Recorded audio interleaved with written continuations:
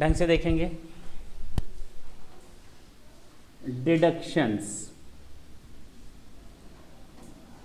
जब से income tax start किया है तब से हम लोगों ने कई बार इस वर्ड को यूज किया है, जिसको हम लोग कहते हैं डिडक्शंस अंडर सेक्शन 80। इसके लिए जो चैप्टर बना हुआ है इनकम टैक्स में वो है चैप्टर 6A। कौन सा? Chapter 6A। यानी अब आगे से जब भी बोला जाए चैप्टर 6A के प्रोविजंस, इसका मतलब हम लोग बात कर रहे हैं सेक्शन 80 की, या जब भी बोले जाएं डिडक्शंस अंडर सेक्शन 80 तो भी हम बात कर रहे हैं चैप्टर 6A की। क्या है इसमें डिडक्शंस? कोई भी चीज एडेड होती है तो उसकी डिडक्शन मिलती है। कोई चीज एडिशन में हो इनकम में तो आप नीचे डिडक्शन ले सकते हो, ये हम बात पहले भी कई बार बता चुके हैं। लेकिन आज ध्यान दो तो डिडक्शन हमें दो चीजों की मिलती है। Deduction of certain payments, deduction of certain payments और इन्वेस्टमेंट।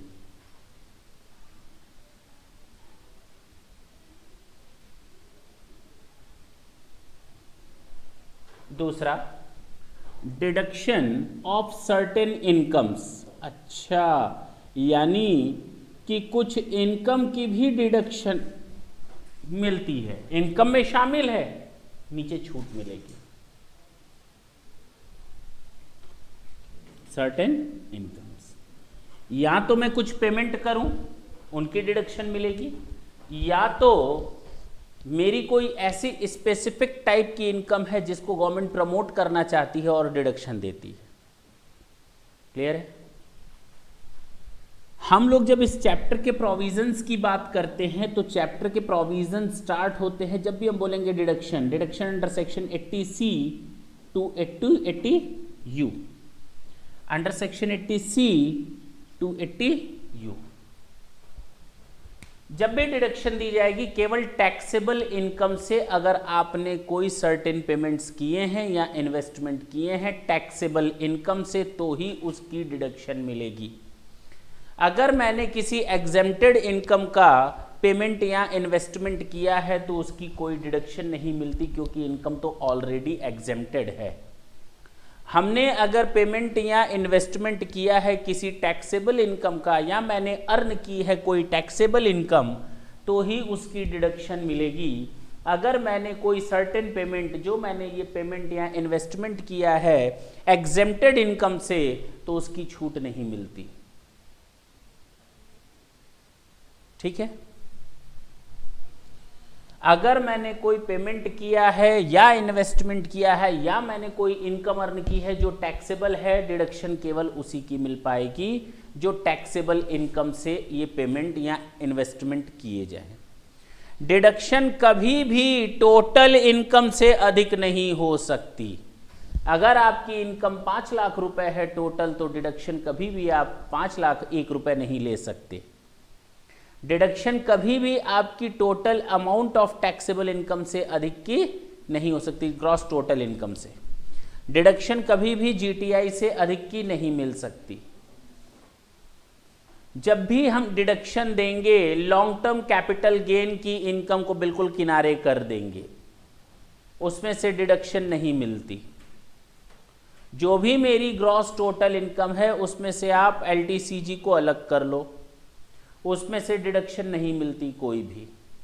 जब भी आप डिडक्शन देंगे तो शॉर्ट टर्म कैपिटल गेन जो सेक्शन 111A में रेफर्ड है 15% वाला, इक्विटी ओरिएंटेड फंड और इक्विटी यूनिट्स, याद होगा, हाँ या ना?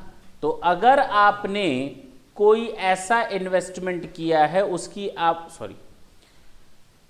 शॉर्ट टर्म कैपिटल गेन जो सेक्शन 111A में रेफर्ड है उससे डिडक्शन नहीं दे सकते। आप लॉन्ग टर्म कैपिटल गेन को यूज नहीं कर सकते डिडक्शन लेने के लिए। आप short term capital gain referred under section 111A को यूज नहीं कर सकते डिडक्शन के लिए। आप कभी लॉटरी की इनकम लॉटरी की इनकम, क्रॉसवर्ड पजल्स की इनकम को यूज नहीं कर सकते डिडक्शन के लिए। आपको सबसे पहले इन चीजों को किनारे रखना पड़ेगा, फिर जो जीटीआई आएगी आप उसमें से डिडक्शन दे सकते हो। एवन कुछ सेक्शंस और हैं, सेक्शन 115 जो नॉन रेजिडेंट्स पर एप्लीकेबल होते हैं, उनकी भी उन इनकम्स पर, जो इनकम अंडर सेक्शन 115 है, नॉन रेजिडेंट्स की इनकम है, उनसे भी आप डिडक्शन नहीं ले सकते। न तो लॉन्ग टर्म कैपिटल गेन से कभी कोई डिडक्शन लिया जा सकता है, न तो शॉर्ट टर्म कैपिटल गेन जो रेफर्ड है अंडर सेक्शन 111A, या लॉटरी और क्रॉसवर्ड पजल्स की इनकम, या फिर सेक्शन 115 में रेफर्ड जो सेक्शंस हैं उनसे आप डिडक्शंस नहीं ले सकते। क्लियर है? डिडक्शन कभी भी जीटीआई से अधिक नहीं हो सकती।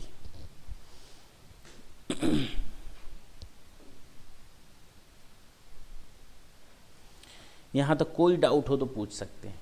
ये बेसिक चीजें थी जो दिमाग में रखनी है हमेशा।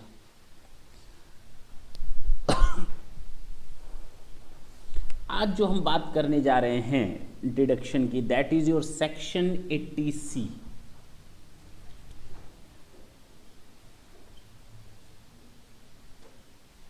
अगर आप स्पेसिफिक पेमेंट करते हैं, अगर आप स्पेसिफिक टाइप का पेमेंट करते हैं या इन्वेस्टमेंट करते हैं तो आपको डिडक्शन मिलेगी अंडर सेक्शन 80C।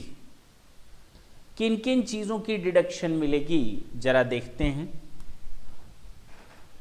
अगर eligible SSC individual and HUF होना चाहिए।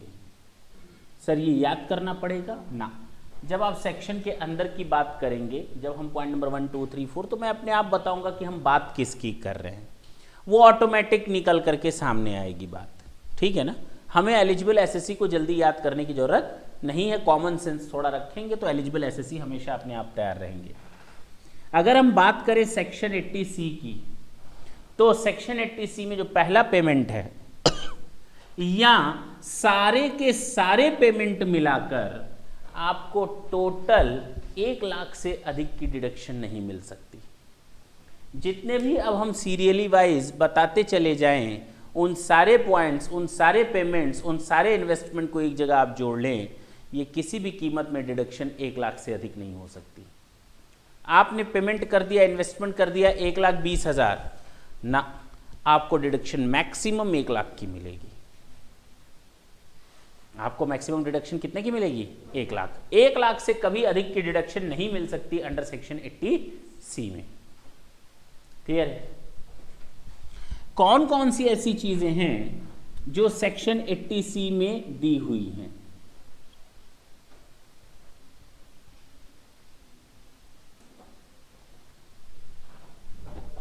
कौन कौन से ऐसे पॉइंट्स हैं जो सेक्शन 80C में दिए हुए? एक एक कर डिस्कस करते हैं।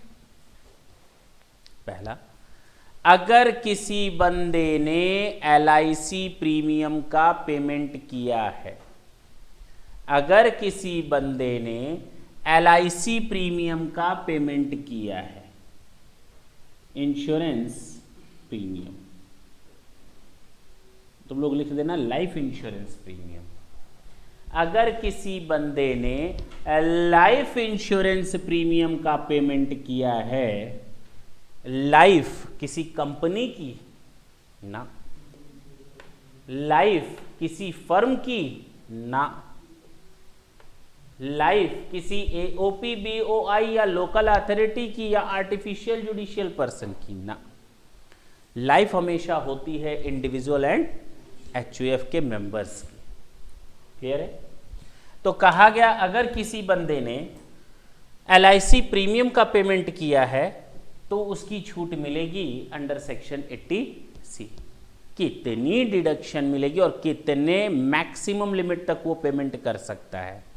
इंडिविजुअल अपना पेमेंट करे LIC का या अपने स्पाउस का, इंडिविजुअल अपना पेमेंट करे या अपने बच्चों का, इंडिविजुअल अपना पेमेंट करे या अपने पेरेंट्स का, डिडक्शन मिलेगी, डिडक्शन मिलेगी।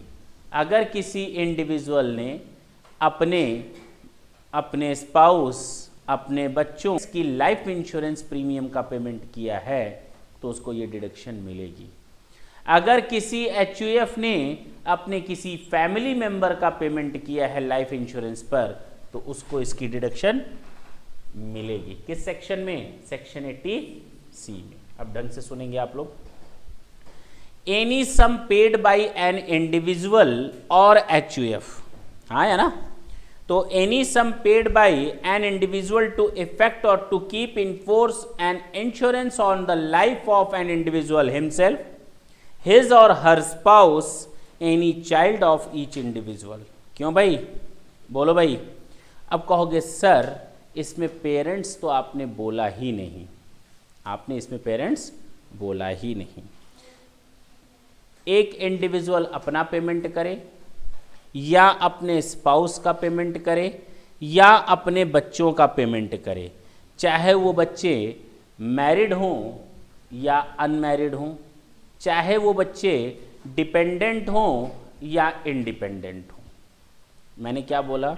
अगर पूरी बात की जाए तो कहा कि कोई भी इंडिविजुअल अपना पेमेंट करे या अपने स्पाउस का या अपने बच्चों का। पेरेंट्स को 2 मिनट के लिए साइड करते हैं।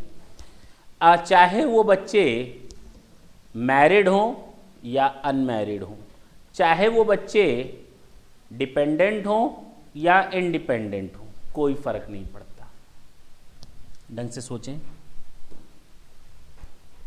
अगर हम इंडिविजुअल की बात करते हैं तो ये सेल्फ का पेमेंट करेगा, बोलो, स्पाउस का पेमेंट करेगा, चाइल्ड का पेमेंट करेगा। चाइल्ड में मैरिड हो या अनमैरिड हो, चाहे डिपेंडेंट हो या इंडिपेंडेंट हो, उसको छूट मिलेगी। किस सेक्शन में? 80C में। द चिल्ड्रन में बी मैरिड और अनमैरिड, डिपेंडेंट और independent on the individual. In the case of HUF, अगर हम एचयूएफ की बात करें, the premium should be paid on the life of any member of the family. अगर हम एचयूएफ की बात करें, एनी फैमिली मेंबर, बोलो भाई, एनी फैमिली मेंबर।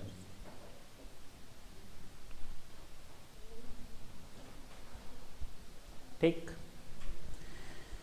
जो इसमें नया लोचा आया है उसकी एक लाइन में बोलता हूं, नई प्रॉब्लम था तो पुराने से, लेकिन जो नई इस बार से आई है, ढंग से सुनेंगे। Premium paid on life insurance policy issued on और after 1 April 2012 exceeding 10% of the capital sum is assured not eligible for a deduction। अगर हम लोगों ने जो कैपिटल सम एश्योर्ड होता है, हमने पॉलिसी कवर ले रखा है 5 लाख का, कितने का? कितने का? 5 लाख का, कि किसी की डेथ हो जाएगी तो 5 लाख रुपए इंश्योरेंस कंपनी से मिलेगा। और प्रीमियम जानते हो कितना है? 45,000। ओके, अच्छी बात है, 10% से कम का है। लेकिन अगर यही प्रीमियम 55,000 हो जाए तो 5,000 रुपए को आपको हटाना पड़ेगा। किसी भी कीमत पे कैपिटल सम एश्योर्ड के 10% से अधिक का प्रीमियम अलाउड नहीं होगा। किसी भी कीमत पे कैपिटल सम एश्योर्ड के 10% से अधिक का प्रीमियम अलाउड नहीं होगा एज अ डिडक्शन। क्लियर? दूसरा, द प्रीमियम और अदर पेमेंट और any insurance policy issued on और after 1 April 2012 other than a contract for a deferred annuity shall be eligible for a deduction to the maximum extent of the 10% of actual capital sum assured। Clear है? हाँ या ना?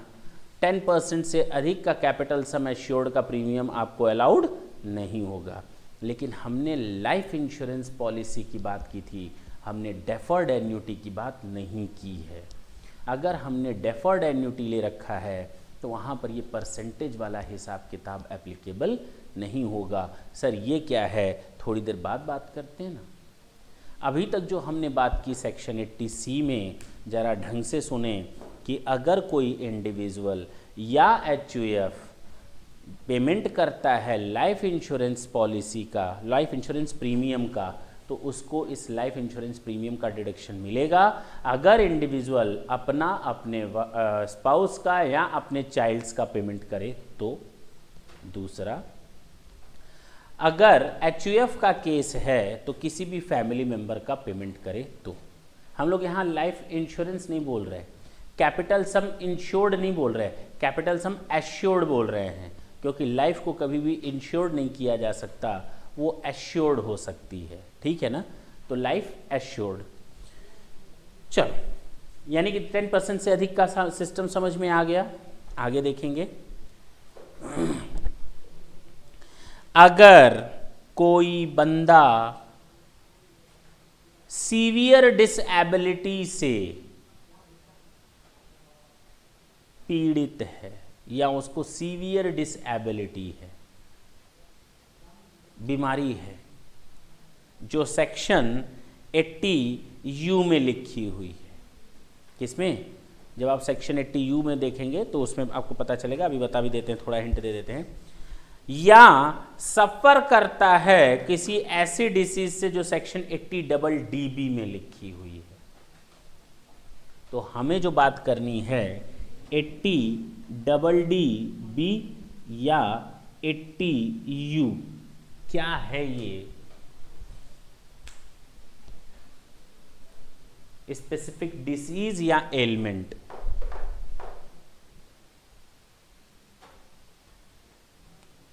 अगर कोई बंदा SSC खुद बीमार है, उसके ऊपर लगता है 80U। अगर उसका फैमिली मेंबर बीमार है तो उसके ऊपर लगता है DDB। क्लियर हुआ? पक्की बात? हाँ या ना? अगर इंडिविजुअल खुद बीमार है, खुद उस रोग से पीड़ित है, तो उसके ऊपर लगेगा सेक्शन 80U। और अगर उसका कोई फैमिली मेंबर बीमार है तो उसके ऊपर लगेगा 80DDB। जरा आ जाते हैं 80DDB में और दो लाइनें हम पढ़ देते हैं, 80U की भी और 80DDB की भी। ढंग से सुनेंगे।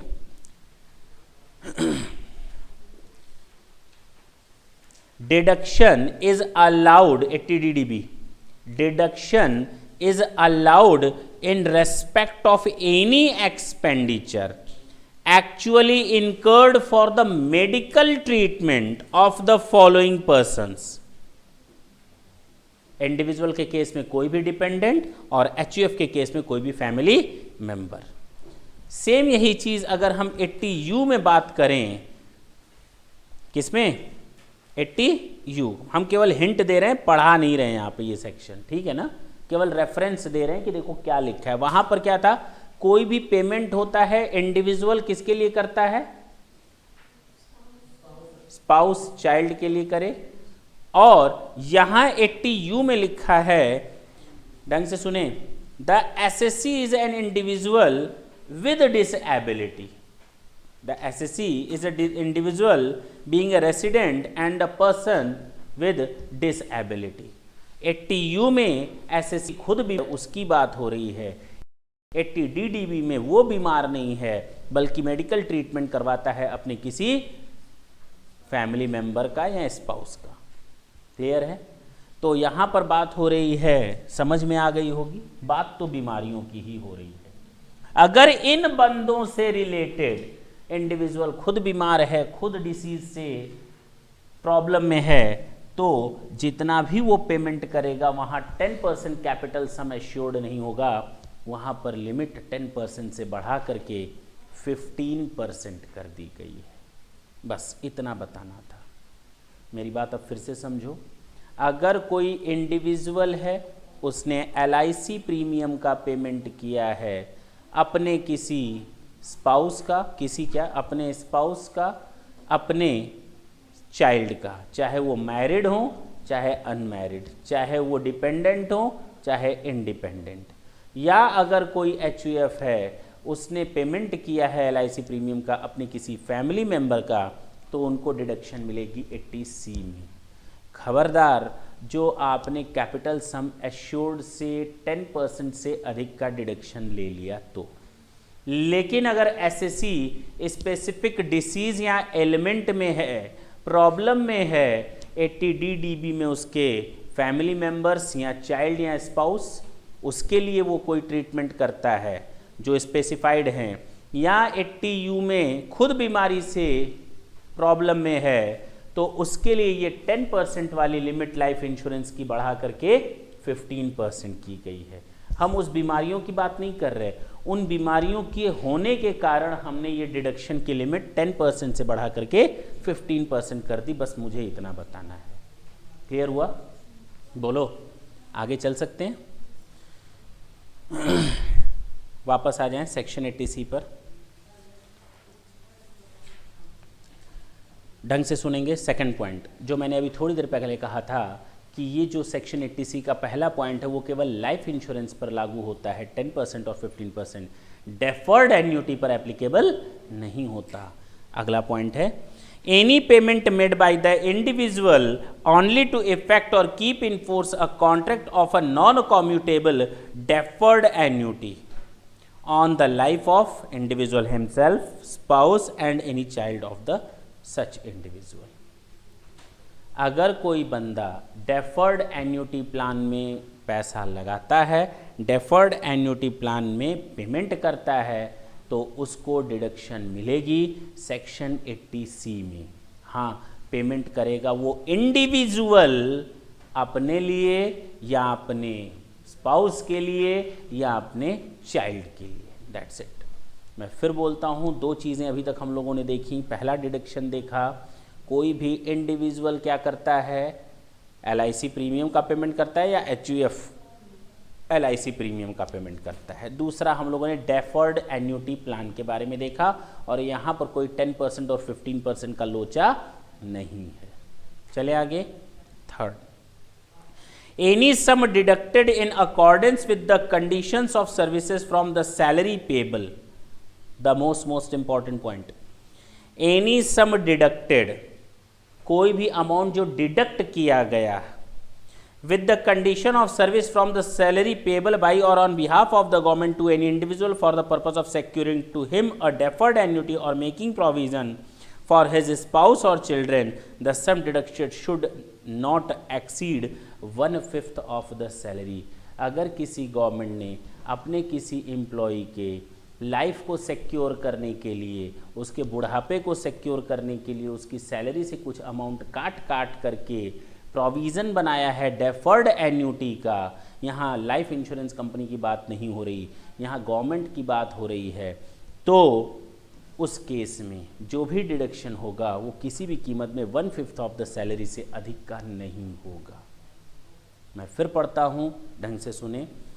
एनी सम डिडक्टेड, कोई भी अमाउंट जो डिडक्ट कर लिया गया है in accordance with the condition of services from the salary payable or on behalf of the government to any individual, payable by the government to any individual, यानी government employ की बात हो रही है, for the purpose of securing to him a deferred annuity, यानी deferred annuity में payment किया है गवर्नमेंट ने या कोई प्रोविजन किया है for his spouse or children के लिए, तो उस केस में the sum deducted should not be in excess of 1/5 of the salary. दिमाग में रहेगा। अभी तक मैंने कुल कितने पॉइंट बताए? 3। सेक्शन 80C में टोटल कितने पॉइंट बताए? 3। पहला पॉइंट बताया इंडिविजुअल और एचयूएफ अगर एलआईसी प्रीमियम का पेमेंट करते हैं तो। दूसरा मैंने बताया डेफर्ड एन्युटी के केस में जब हम कोई पेमेंट करते हैं तो।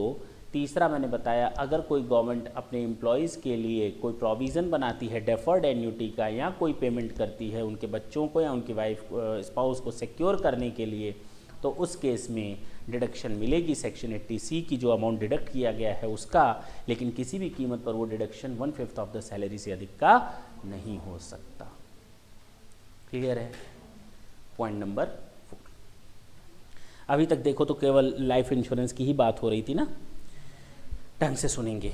Any contribution by the employ towards statutory provident fund, recognise provident fund. याद आ गया होगा जब हम लोगों ने एक सेक्शन पढ़ा था, section 7, income deemed to be received. नहीं पढ़ा कोई दिक्कत नहीं, याद आ गया होगा हम लोगों ने जब पढ़ा था सैलरी चैप्टर में प्रोविडेंट फंड, और उसमें 4 कॉलम बनाए थे हमने, statutory provident fund, recognised provident fund, unrecognised provident fund और पब्लिक प्रोविडेंट फंड। जहाँ जहाँ हम लोगों ने सेक्शन 80 लिखा था ना, ये वही है, ये वही सेक्शन है। याद करो तो एम्प्लॉय के अपने कंट्रीब्यूशन पर सेक्शन 80C में बेनिफिट मिलता है, किसमें? स्टैट्यूटरी प्रोविडेंट फंड में। ये वही स्टैट्यूटरी प्रोविडेंट फंड है।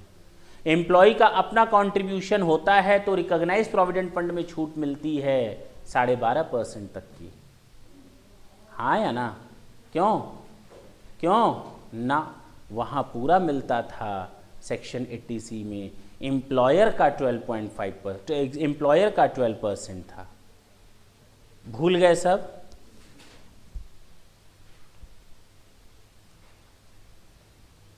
अगर हम बात करें स्टैट्यूटरी प्रोविडेंट फंड की तो एम्प्लॉय के अपने कंट्रीब्यूशन पर सेक्शन 80C का बेनिफिट मिलता है। अगर हम बात करें पब्लिक प्रोविडेंट फंड की तो जो बंदा पब्लिक प्रोविडेंट फंड में इन्वेस्ट करता है, साल भर में 1 लाख से अधिक का इन्वेस्ट नहीं कर सकता, उसको छूट मिल सकती है सेक्शन 80 में। कोई भी बंदा 80C में, कोई बंदा जो रिकॉग्नाइज प्रोविडेंट फंड में पैसा जमा करता है अपनी सैलरी से निकाल करके, एम्प्लॉई, उसको छूट मिलती है सेक्शन 80 में। बात खत्म। हम बस इतनी 3 चीज़ें बोल रहे हैं, बाकी आप लोग दोबारा ना रिवीजन करवाएं, जाएंगे घर पे एक बार प्रोविडेंट फंड का पेज पलटेंगे, अपने आप सब याद आ जाएगा। जो 12% की लिमिट थी वो एम्प्लॉयर के कंट्रीब्यूशन पर थी, और जो 9.5% की वो थी वो इंटरेस्ट था, चाहे वो एम्प्लॉयर का कंट्रीब्यूशन हो चाहे वो एम्प्लॉय का कंट्रीब्यूशन हो। फिलहाल हम उस पर नहीं जा रहे। तो any contribution in statutory provident fund or recognise provident fund, उसके नीचे पब्लिक प्रोविडेंट फंड, हाँ या ना? Any contribution by an employ to an approved superannuation fund. अब तक हम लोगों ने कितने पॉइंट्स देख लिए? पहला, लाइफ इंश्योरेंस प्रीमियम अगर कोई इंडिविजुअल या HUF पेमेंट करता है 10% ऑफ कैपिटल सम एश्योर्ड से अधिक की डिडक्शन नहीं मिल सकती। डेफर्ड एन्यूटी प्लान में इन्वेस्टमेंट या पेमेंट होता है तो उसमें छूट मिल जाएगी सेक्शन 80 में। गवर्नमेंट अगर अपने एम्प्लॉय के लिए कोई प्रोविज़न बनाता है या डेफर्ड एन्यूटी करता है तो उसको भी छूट मिल जाएगी। ठीक, हाँ या ना? लेकिन वो 1/5 ऑफ द सैलरी से अधिक का नहीं होना चाहिए। 4th मैंने बताया रिकॉग्नाइज प्रोविडेंट फंड, 5th मैंने बताया स्टैट्यूटरी प्रोविडेंट फंड, 6th मैंने बताया पब्लिक प्रोविडेंट फंड, 7th मैंने बताया सुपर एन्युएशन फंड। एम्प्लॉय का अपना कंट्रीब्यूशन, हम सब एम्प्लॉय के कंट्रीब्यूशन की बात कर रहे हैं यहाँ पर। किसके कंट्रीब्यूशन की बात कर रहे हैं? डिडक्शन तो उसी चीज़ का मिलता है ना जो एडिशन में हो। तो एडिशन में सैलरी में क्या चीज़ें होती हैं मालूम है तुम लोग को? हाँ या ना? चल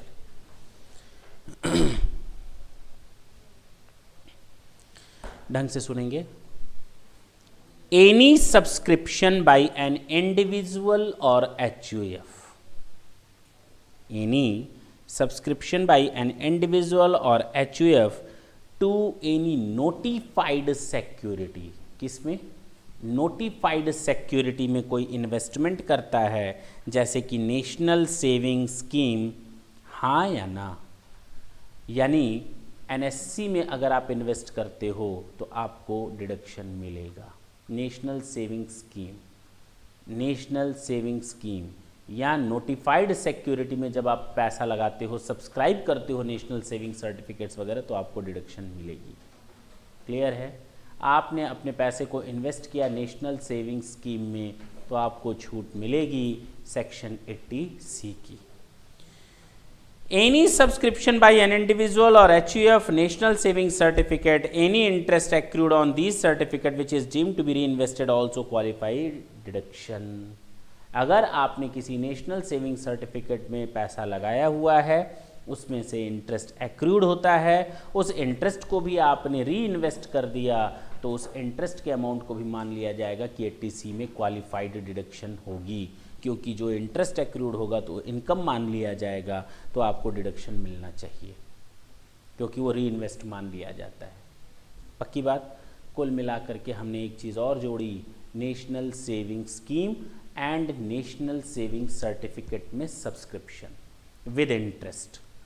आगे देखें, any contribution by an individual और HUF for participations in the ULIP of the unit trust of India or ULIP of LIC mutual fund referred under section 1023D, the contribution may be made in the name of any person mentioned, individual और HUF जो बताया था। अगर कोई individual या HUF subscribe करता है या पेमेंट करता है यूलिप की स्कीम में, चाहे वो यूलिप की स्कीम UTI की हो या म्यूचुअल फंड की हो, जो सेक्शन 1023D में मेंशन्ड है स्कीम वो होनी चाहिए। फिर से सुने, अगर कोई बात नहीं, अगर कोई इंडिविजुअल या HUF यूलिप स्कीम में कंट्रीब्यूशन देता है, किसमें? ULIP, unit linked insurance plan. किसमें? यूनिट लिंक्ड इंश्योरेंस प्लान, इसको ऐसे बोलते हैं यूलिप। ये है क्या, तुम लोग जानते हो इसके बारे में? कुछ जानते हो तो बताओ। यूलिप का मतलब होता है यूनिट लिंक्ड इंश्योरेंस प्लान। आपके पास कोई बंदा आया इंश्योरेंस कंपनी का, उसने आपसे कहा पैसा इन्वेस्ट करो। इंश्योरेंस कंपनी का बंदा आपके पास आकर के कहता है पैसा इन्वेस्ट करो। मेरी बात ना समझे, इंश्योरेंस कंपनी का कोई एजेंट आपके पास आकर कहता है आप अपना पैसा इन्वेस्ट करो, नहीं, लग रहा है घर पे देखा ही नहीं है। वो आता है आपको बताता है हमारी कंपनी जब वो आप पैसा देंगे उस पर इतना रिटर्न देगी, इतनी गारंटेड स्कीम है। अरे इंश्योरेंस एजेंट हो, इंश्योरेंस कंपनी है, तो उसमें गारंटी किस चीज़ की, और रिटर्न के लिए हम अपनी लाइफ थोड़ी सिक्योर करवा रहे हैं। अरे डेथ होने के बाद घर वालों को पैसा दे देना। लेकिन इंश्योरेंस कंपनियां समझ गई चालाकी, उन लोगों ने एक स्कीम स्टार्ट की, यूलिप स्कीम। उसमें इंश्योरेंस विद इन्वेस्टमेंट शामिल होता है। दो तरह का इंश्योरेंस आप करवा सकते हैं। पहले को हम कहते हैं टर्म इंश्योरेंस, इसको कभी कभी हम प्योर इंश्योरेंस भी बोलते हैं। इसमें आपको 3,000 रुपये देंगे आप, 2 लाख रुपए, 3 लाख रुपए का पॉलिसी कवर मिल जाएगा। दूसरी स्कीम होती है यूलिप, जिसमें आप 15,000 रुपये देंगे तो आपको 2 लाख या 2.5 लाख का कवर मिलेगा। क्यों? क्योंकि इसमें दो चीज़ें शामिल हैं, एक तो प्योर इंश्योरेंस का पैसा और दूसरा इन्वेस्टमेंट का पैसा। इसी को कहा जाता है unit linked insurance plan. Unit जो हम खरीदते हैं म्यूचुअल फंड वगैरह में, यूटीआई के यूनिट्स या म्यूचुअल फंड के यूनिट्स, तो म्यूचुअल फंड के यूनिट्स या यूटीआई के units with insurance plan. Unit linked है किससे? इंश्योरेंस प्लान से। अब क्लियर है? तो इसीलिए यहाँ पर पैसा बढ़ जाता है। यहाँ पर आपको एश्योरेंस मिलता है कि डेथ होगी तो 2 लाख तो मिलेगा ही मिलेगा, बाकी तो अब इन्वेस्टमेंट का पैसा भी आपको मिलेगा। तो जब इंश्योरेंस एजेंट घर पे आकर के हम लोग को बताते हैं तो कभी भी वो इस स्कीम के बारे में नहीं बताते। इनको जानते हो इस पर कितना कमीशन मिलता है? 30 to 40%। आपसे निकलवाएंगे 15,000 और अपनी जेब में रख लेंगे 5 से 6,000, मतलब उनको इतना कमीशन मिलता है, सोचो। और लोग इसमें इन्वेस्ट भी करते हैं क्योंकि उनको किसके बारे में नहीं मालूम, नॉर्मली प्योर इंश्योरेंस के बारे में नहीं बताया जाता। अब क्लियर है?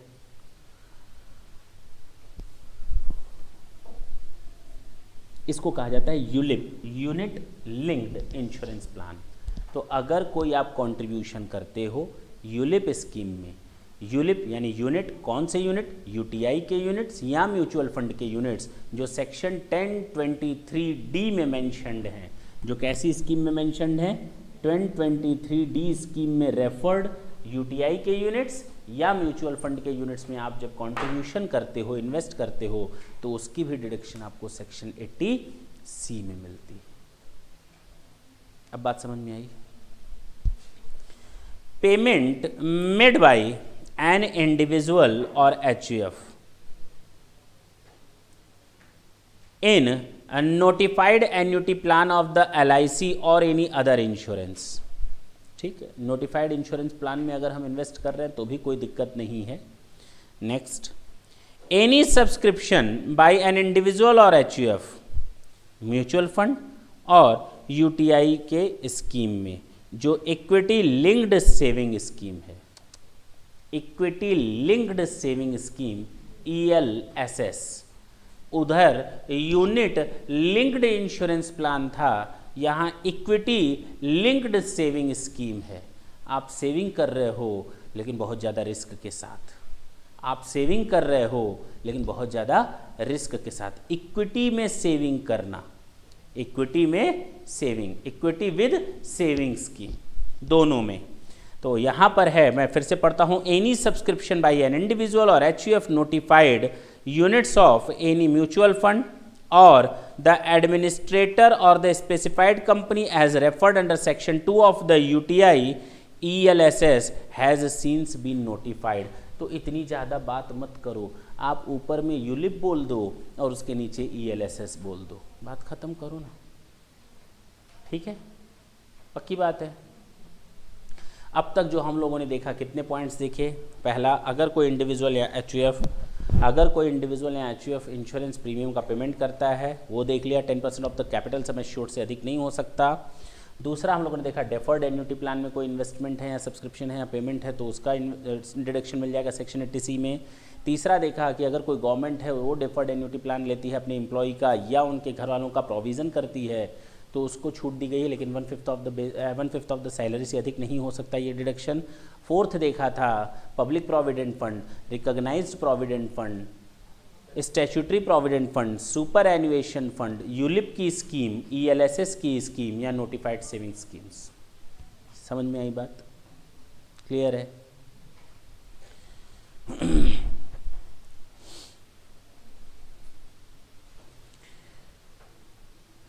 ढंग से सुनेंगे, पेंशन फंड से रिलेटेड है। Any subscription by an individual और HUF to any deposit scheme or contribution to any pension fund, आप कोई भी डिपॉजिट स्कीम में पैसा लगाते हो या कंट्रीब्यूट करते हो पेंशन फंड में, set up by the national housing bank, the home loan amount account scheme of the national housing bank has been notified. तो नेशनल हाउसिंग बैंक की पेंशन फंड प्लान में, नेशनल हाउसिंग बैंक की किसी योजना में deposit scheme में अगर आप इन्वेस्ट करोगे तो भी आपको डिडक्शन मिलेगी अंडर सेक्शन 80C। तो नेशनल हाउसिंग बैंक याद रहेगा। क्लियर है? पक्की बात। ऐसा इसलिए किया गया है कि लोगों के पास घर नहीं है अपने, और आपने अगर नेशनल हाउसिंग बैंक में पैसा जमा किया है तो उस पैसे का नेशनल हाउसिंग बैंक क्या करेगा? घर बनवाने के लिए पैसा देगा, लोगों को लोन देगा। तो अल्टीमेटली आपने देश का विकास करने का सोचा, आपने पैसा ऐसी जगह लगाया जहां पर लोगों को रहने के लिए घर मिलेगा। अच्छी बात है ना?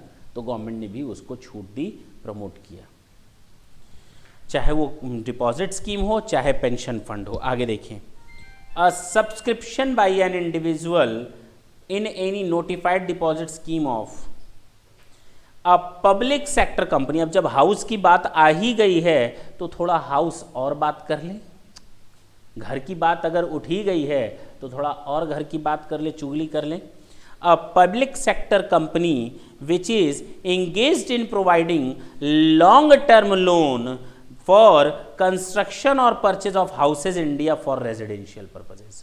अगर आपने कोई पैसा जमा किया है किसी नोटिफाइड डिपॉजिट स्कीम में, किसकी डिपॉजिट स्कीम में?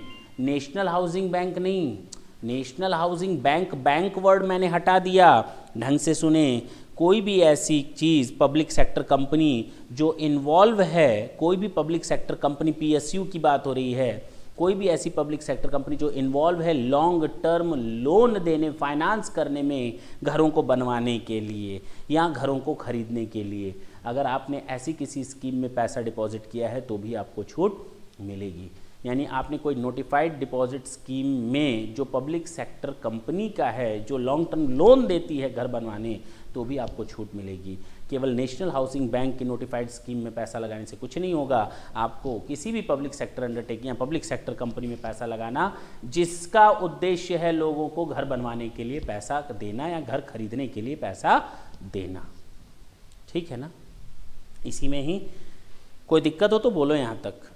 केवल पब्लिक सेक्टर कंपनी की बात नहीं हो रही, किसी भी ऐसी अथॉरिटी की बात हो रही है जो इन इंडिया कॉन्स्टिट्यूटेड है, जो इंडिया के लॉ द्वारा कंसर्न गवर्न होती है, and satisfying the need for housing accommodation or for the purpose of planning, development और improvement of cities, town, villages or both. सोचो क्या क्या आया। नेशनल हाउसिंग बैंक की डिपॉजिट स्कीम या पेंशन फंड में पैसा, पब्लिक सेक्टर कंपनी जो लोन देने का काम करे घर खरीदने या बनवाने के लिए, उसकी डिपॉजिट स्कीम में पैसा, कोई भी लोकल अथॉरिटी, कोई भी अथॉरिटी में पैसा जमा करना जिसका पर्पस है सिटी को, टाउन को या घरों के लिए रिनोवेशन वगैरह के लिए पैसा देना, जिसका मेन पर्पस ये। अगर आप उनकी नोटिफाइड स्कीम में डिपॉजिट करते हो तो आपको छूट मिलेगी। जब घर की बात उठी गई थी तो तीनों लोगों को पकड़ा गया, एक तो नेशनल हाउसिंग बैंक, एक पब्लिक सेक्टर कंपनी और दूसरा अथॉरिटी, यानी प्राइवेट लोगों को इसमें नहीं लाया गया। बोले चल सकते हैं आगे। Any sum paid by an individual as tuition fees, अगर आपके मम्मी पापा आपको ट्यूशन फीस देते हैं तो उस ट्यूशन फीस का उनको छूट मिलेगा। हमारे यहाँ जमा किया ट्यूशन फीस उसका नहीं, जो आपने कॉलेजेस वगैरह में जमा किया है उनका। सर आपको कैसे मालूम? पहला, such sum should have been paid as tuition fees, न लाइब्रेरी फीस, न स्टैंड फीस, न मेडिकल फीस, न फलाना फीस, न डेमाका फीस। केवल उसमें जो ट्यूशन फीस होती है उसकी छूट।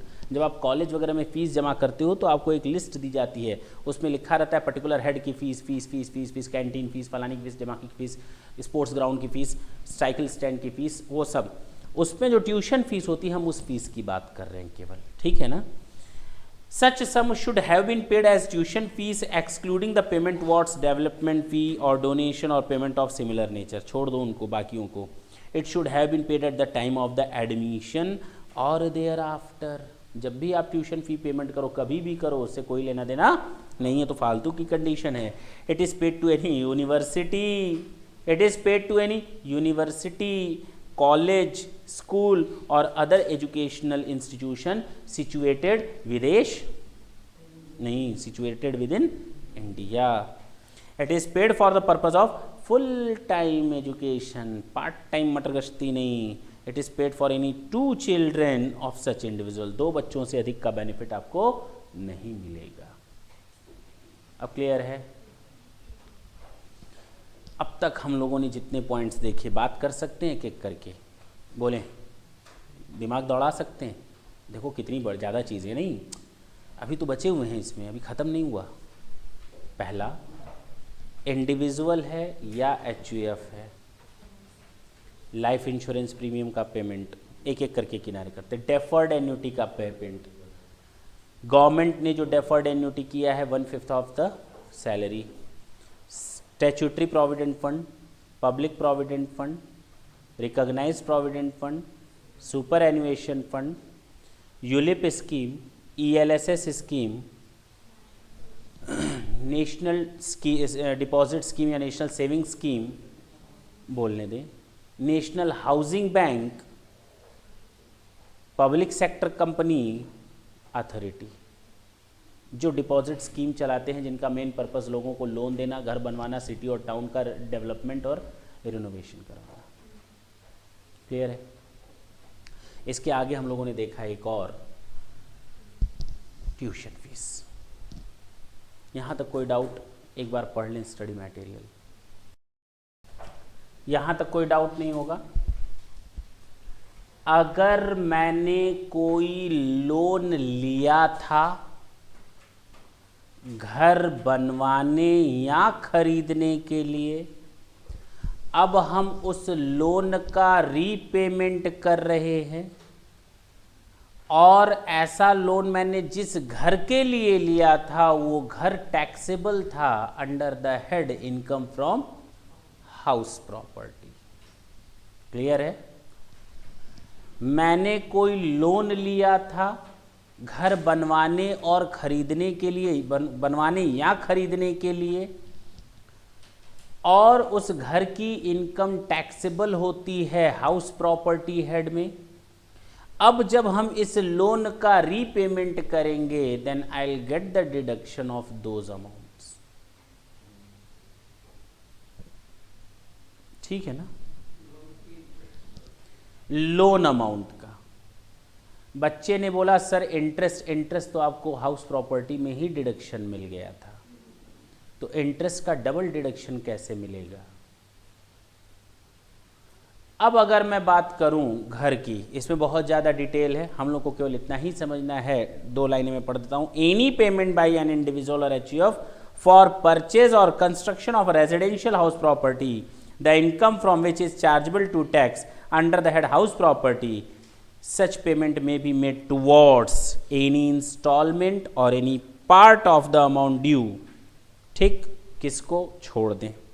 Any instalment or part of the payment amount due to any company. ठीक है, किसी सेंट्रल गवर्नमेंट को, यानी कि repayment of the amount borrowed by the assessee from, वो लोन किससे लिया गया था? सेंट्रल गवर्नमेंट से लिया गया था, स्टेट गवर्नमेंट से लिया गया था, बैंक से लिया गया था, कोऑपरेटिव बैंक से लिया गया था, एलआईसी से लिया गया था, नेशनल हाउसिंग बैंक से लिया गया था, या किसी पब्लिक कंपनी जिसका काम था घरों को बनवाना और रिनोवेट करना। याद आया? हाँ या ना? तो उस केस में हमको इसमें पेमेंट की छूट मिलेगी सेक्शन 80C में। एवन स्टैम्प ड्यूटी वगैरह की भी आपको छूट मिल जाती है। ढंग से सुनेंगे। नेक्स्ट पॉइंट, अगर आपने कोई सब्सक्रिप्शन किया है, इंडिविजुअल या एचयूएफ के केस की बात बता रहा हूं मैं बार बार, अगर कोई सब्सक्रिप्शन है किसी इक्विटी शेयर या डिवेंचर जो कि पार्ट है एलिजिबल इशू ऑफ कैपिटल से, अप्रूव्ड बाय बोर्ड, बस इतना याद रखिए। आपने सब्सक्रिप्शन किया है शेयर्स का या डिवेंचर का जो एलिजिबल इशू ऑफ कैपिटल है, अप्रूव्ड बाय बोर्ड, उसकी भी आपको छूट मिलेगी सेक्शन 80C की। मैंने 2 अब तक पॉइंट बताए जिसमें मैंने ज़्यादा डिटेल में डिस्कशन नहीं की। पहला पॉइंट बताया कि अगर आपने कोई रीपेमेंट किया, कोई पेमेंट किया है घर बनवाने या लेने से रिलेटेड, तो आपको उसकी छूट मिलेगी। ठीक, आपने लोन लिया था सेंट्रल गवर्नमेंट से, स्टेट गवर्नमेंट से, बैंक से, कोऑपरेटिव बैंक से, नेशनल हाउसिंग बैंक से, किसी पब्लिक सेक्टर कंपनी से, तो आपको छूट मिलेगी पेमेंट करते समय उनको। ठीक है ना? अच्छा, डेवलपमेंट फीस वगैरह की भी छूट मिल जाती है इसी सेक्शन 80C में, घर बनवाने और ख़रीदने के लिए जो हम लोग पैसा लेते हैं। आगे, अगर हमने किसी सब्सक्रिप्शन को अप्लाई किया है जो इक्विटी शेयर या डिवेंचर हैं एलिजिबल इशू ऑफ कैपिटल के, notified by the board, board का मतलब CBDT, central board of direct tax, जो डायरेक्ट टैक्स का, इनकम टैक्स का बोर्ड है उसको हम कहते हैं CBDT, central board of direct tax, तो बोर्ड का मतलब CBDT। नेक्स्ट, एनी सम डिपॉजिटेड, आपने कोई पैसा बैंक में जमा किया है कम से कम 5 सालों के लिए फिक्स डिपॉजिट के तौर पे, तो आपको उसकी भी छूट मिलेगी। आपने कोई FD की है 5 सालों के लिए बैंक में, तो आपको उसकी छूट मिलेगी। आपने कोई फिक्स डिपॉजिट किया है पोस्ट ऑफिस में कम से कम 5 सालों के लिए, तो आपको उसकी भी छूट मिलेगी। आपने कोई FD ली है, FD fix deposit term deposit, बात एक ही है। अगर आपने कोई टर्म डिपॉजिट या फिक्स डिपॉजिट किया है कम से कम 5 सालों के लिए बैंक में, तो आपको उसकी छूट मिलेगी सेक्शन 80C में। अगर आपने कोई डिपॉजिट किया है post office saving bank account में, तो आपको उसकी भी छूट मिलेगी कम से कम 5 साल के लिए। हाँ या ना? अगर आपने कोई डिपॉजिट किया है senior citizen saving scheme rule में, तो आपको उसकी भी छूट मिलेगी।